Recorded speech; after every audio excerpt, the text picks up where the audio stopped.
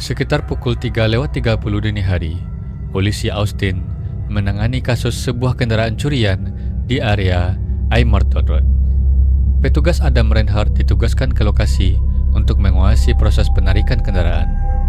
Tak lama kemudian, dua orang muncul dari area pepohonan. Mereka adalah Kay Smith dan Brandon Thompson. Petugas memerintahkan keduanya untuk menunjukkan tangan dan mendekat. Namun Thompson malah memasukkan tangannya ke saku dan petugas kembali memberikan perintah. Thompson justru mengeluarkan senjata api. Ia menembak Kay Smith satu kali dari jarak dekat, lalu menembak petugas Reinhardt. No, you guys can come out of the woods real quick. Come over here. You're detained. You're not free to go. I can't fucking see anything. I know. That's why I got my flashlight. Get your hand out of your pocket, man. No, you guys can come out of the woods real quick. Come over here. You're detained. You're not free to go. I know. That's why I got my flashlight. Get your hand out of your pocket, man. What? Get your hand out of your pocket.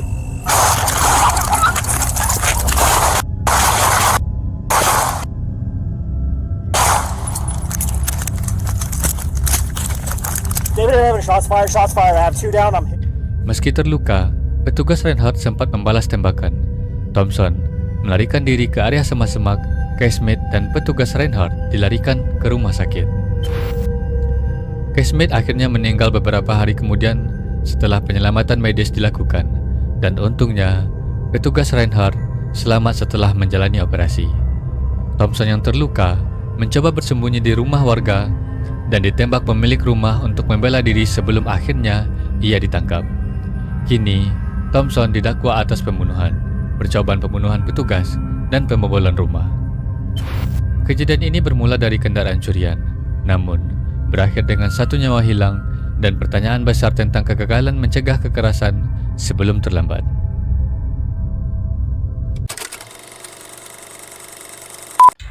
Pada 1 April 2025, Jefferson Diaz Aguiar, seorang arsitek berusia 43 tahun, sedang melintas di kawasan Buten, Sao Paulo. Dari dalam kendaraannya, ia melihat seorang pria bersenjata merampok seorang wanita di jalan. Pelaku mengambil ponsel dan cincin pernikahan korban. Aguiar menghentikan kendaraannya dan menabrakkan mobil ke arah pelaku hingga pria tersebut terjatuh dari sepeda motor.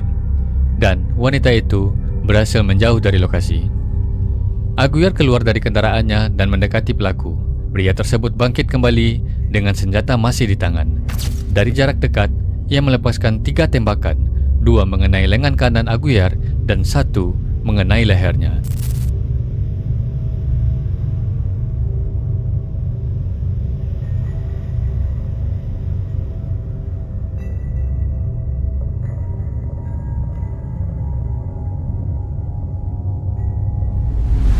Aguiar terjatuh di jalan dan dilarikan ke rumah sakit terdekat. Ia meninggal dunia pada hari yang sama akibat luka tembak yang dideritanya cukup fatal.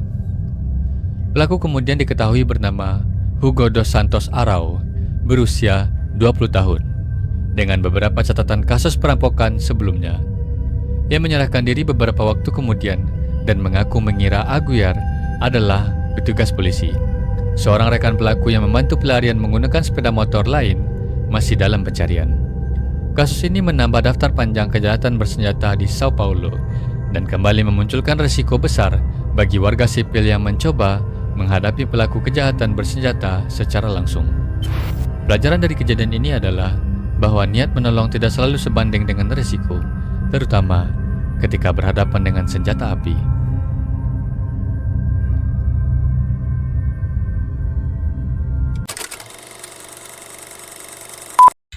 Alexander Wong, seorang pilot berusia 53 tahun, menerbangkan pesawat bantuan kemanusiaan dari bandara Fort Lauderdale Executive. Bersamanya ada putrinya, Serena Wong, berusia 22 tahun. Mereka membawa bantuan untuk Jamaika yang baru saja terdampak badai besar. Pesawat yang mereka gunakan adalah Beechcraft B-100 King Air, buatan tahun 1976. Pesawat ini sebelumnya telah digunakan untuk beberapa penerbangan bantuan ke wilayah yang sama. Pesawat lepas landas sekitar pukul 10:18 pagi. Saat naik ke ketinggian sekitar 11.000 kaki, kendali pesawat tiba-tiba hilang. tidak ada laporan cuaca buruk di wilayah tersebut.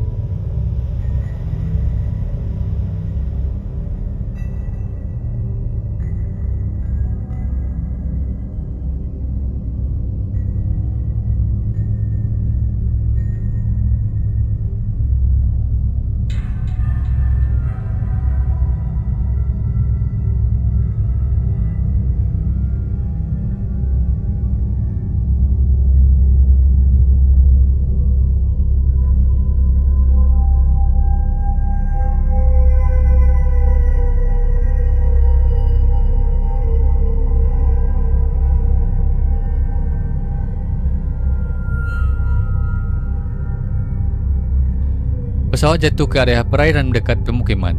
Puing-puing pesawat tersebar, sebagian berada di dekat rumah warga, dan bau bahan bakar tercium kuat di lokasi kejadian. Alexander dan Serena dinyatakan meninggal dunia. Jenazah keduanya ditemukan keesokan harinya. Hingga November 2025, penyelidikan oleh otoritas penerbangan masih berlangsung. Data awal menunjukkan kehilangan kendali secara mendadak. Tidak ditemukan faktor lingkungan yang jelas. Perhatian penyelidikan mengarah pada kemungkinan gangguan teknis pada pesawat. Pesawat jatuh di daerah terbuka, bukan langsung ke pemukiman padat. Jika titik jatuhnya berbeda, jumlah korban mungkin bisa lebih banyak. Pelajaran dari kejadian ini adalah bahwa niat baik tidak bisa menghilangkan risiko, dan keselamatan tetap harus menjadi pertimbangan utama dalam setiap misi kemanusiaan.